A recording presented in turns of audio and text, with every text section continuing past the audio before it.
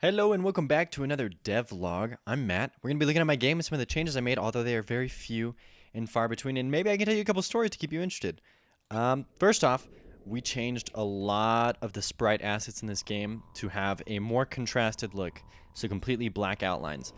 It is a different change. I'm still thinking about it, looking at stuff. I'm not entirely sure how I feel, but it is different. You'll see here, obviously, all of these look different. Over there on the left, everything's just going to be slightly darker. If you don't notice it, you know what, that's awesome, that's great. But if you do, you know, also fine. Let me know what you think. It looks, this fake wall has to be changed a little bit right there. You can see it's kind of a little out of place. One thing I did work on, is experimental, is the ability for these dinosaurs, these pterosaurs, to continue seeing you after they've seen you. So if in the last devlog I showed off that they will not look at you through walls. So now, there he sees me. Let's make sure he sees me. If I hide behind a wall, he will still try and fly after me because he has seen me. It is a little buggy. As you see right there, he just stopped moving. I don't know why. But it is a work in progress, and I kind of like the direction that that's going. I think it's really cool. Here's another enemy in the game. I think I'm just going to leave him in. I like him. He's actually from a different Kickstarter game called the Lone Fungus. Go check it out. It's an awesome Metroidvania. But I made his character, put it in my game, and when you kill him, it's actually a pretty awesome and gross kind of animation there as his head explodes. Another cool thing I did was, I mean, I guess I already mentioned I changed the art assets, but I really wanted to, I guess, let me see what I'm trying to say here. I wanted to kind of polish out my game, and you'll notice here, like this tree right here, I changed the colors on it. And I'm probably going to change the colors on this tree right here to more accurately reflect, you know, this darker color. Right here, you see this hard, you know, black outline, like just different small but important stylistic choices that I want to implement into the game. Here's one thing of an example of how that implementation can be bad, are these. I don't like how these look at all. These bush colors are not good by any means. But I do really like, you know, a lot of the other changes. Like I like the hard outlines on some of the enemies better, and I like it on the main character better. I honestly might revert it back. There's still a lot of experimenting I want to do with it. But until then, we're going to try out this higher contrasted look and feel here. Also, ouch. Moving forward, I'm trying to remember. Oh, yeah. So here's another change I can show off. The grass here has a different sprite, just so that it looks a little more polished. The other one looks like it was drawn in a couple seconds, because it was. And to be fair, this one also looks like it might look like it was drawn in a couple seconds, but I like the feel of it better.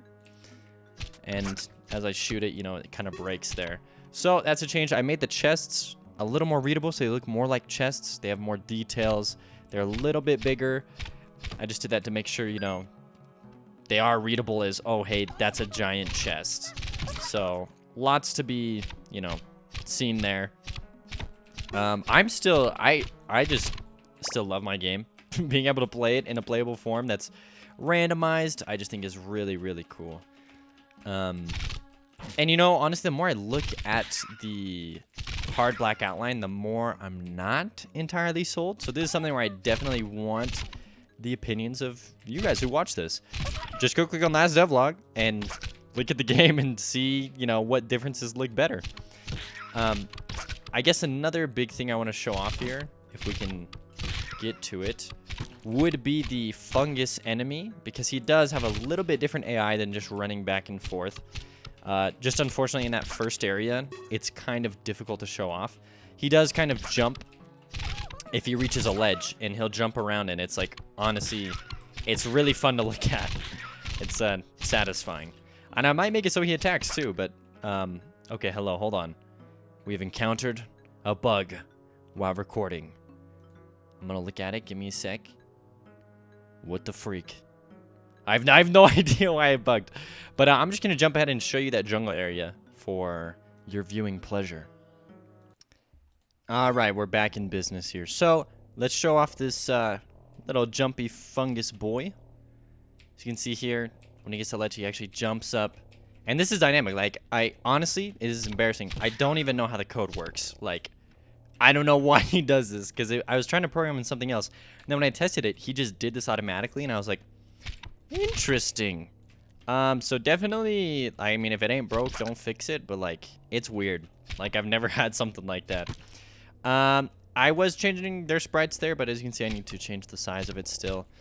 And one thing that I do want to show off here, okay, hello, ghosty boy, is when you, actually, I need you to kill me, yeah, I totally forgot.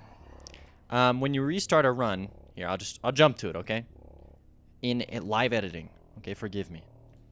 Okay, so this is a cool idea that I've wanted to implement for a while, the idea of pacifist runs. So if I don't pick this up, and I run through here, previously what would happen is you would just be stopped, right? This is kind of ironic because I randomly got one of the only levels that does not have enemies.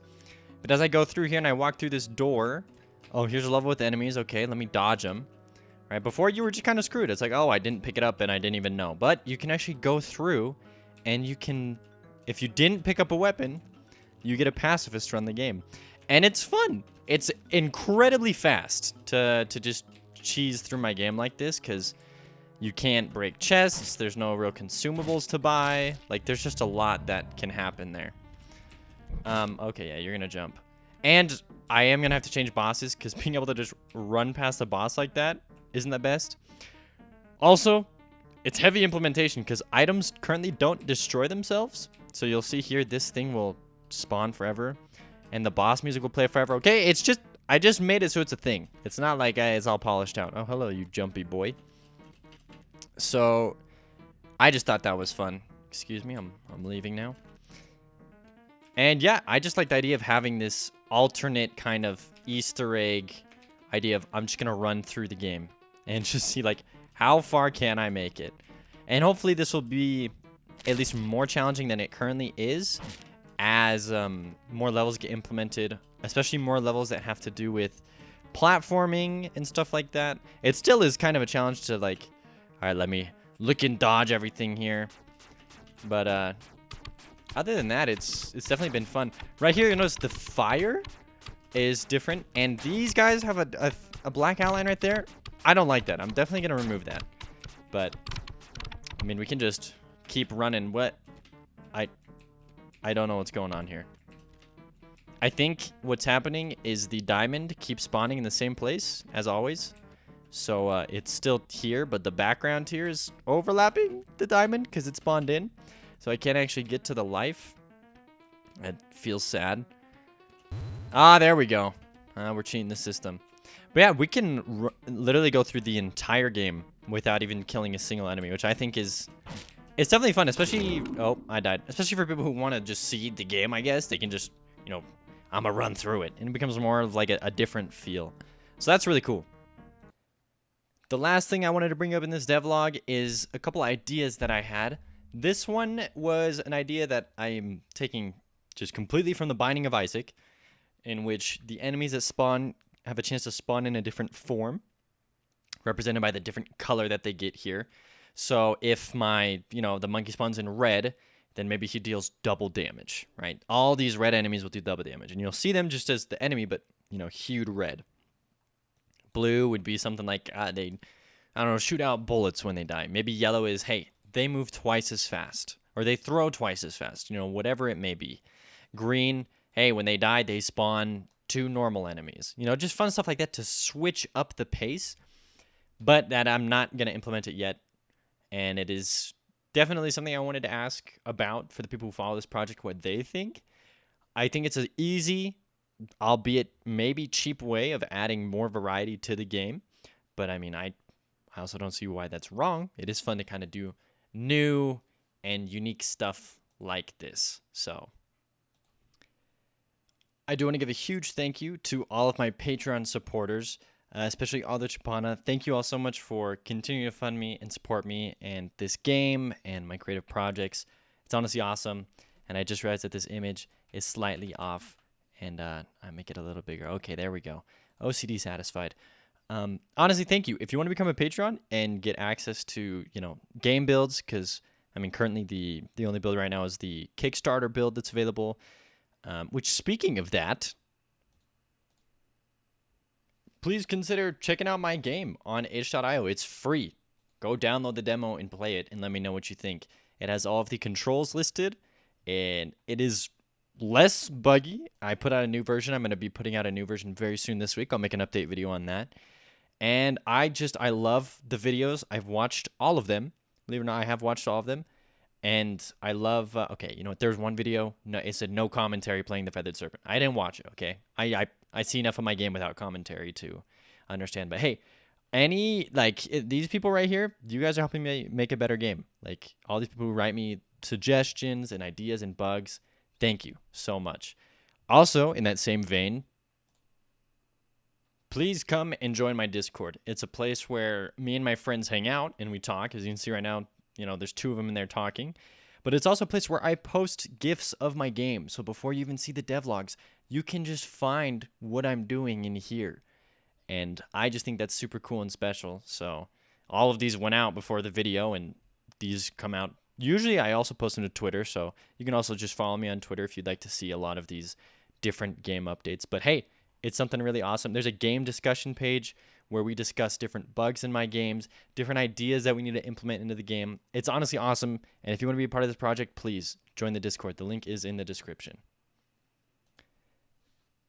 And the best for last, please, please, please go support the game on Kickstarter so that we can make it a thing. We have 17 days left, and I'm trying to stay optimistic about it. And I'm doing a lot of social media. I downloaded TikTok, and I'm making TikToks about my game. Never thought I'd even say those words or do that. Making Instagram stuff, joining lots of different Discords. One thing you watching this video can do to help, if you have backed the game already and you want to support it, is share it with your friends. Talk about it. Make a video of you playing it. And if you just want to support the project and you can't necessarily, you know, provide funding monetarily, even though it's like $10, that's like, just don't eat out at McDonald's one time and maybe support me instead. But hey, if you can't do that, you know what? That's fine. I understand. But even just sharing it with someone then. Like, if you're like, I like this project, I'll share it with someone. Like, I will just go to my close friend and say, hey, look at this project. Maybe you want to fund it. Or maybe I'll post a video. Maybe I'll post it to my Discord.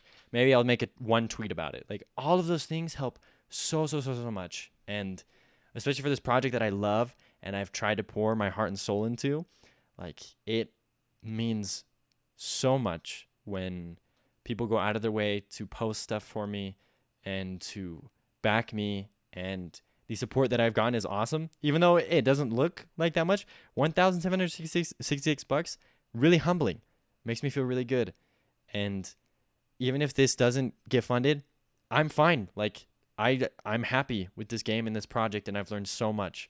But it would also be awesome if it did get funded. So please, share it with your friends. Let everyone know. And I love you guys. Sorry there wasn't a whole lot this devlog.